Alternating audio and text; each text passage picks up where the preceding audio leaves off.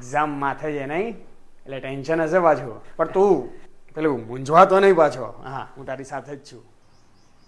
મૂંઝવાતો નથી ને કંઈ? ના ના, નથિંગ નથિંગ, ડોન્ટ વરી. નહીં નહીં નહીં નહીં બેટા, નહીં નહીં નહીં, ના નહીં પાડવાની. કંઈ પણ તારા મનમાં ચાલતું હોય, કંઈ પણ તું વિચારતો હોય, તું મારી સાથે શેર કરી શકે છે. I am your friend, I am not your father, I am your friend.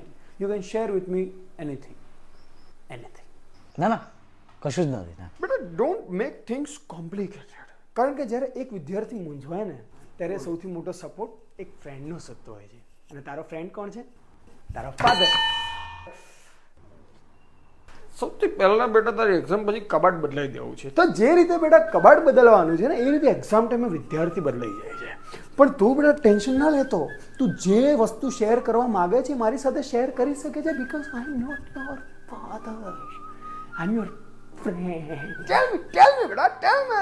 I know you want to tell me, Steve. Come on, just say it, son, say it. ચાલ એક કામ કર, કાબલી બનાવવામાં મદદ કરાઈ જા. આવી જા, મારે પણ હેલ્પ થઈ જાય. આવી જા તું.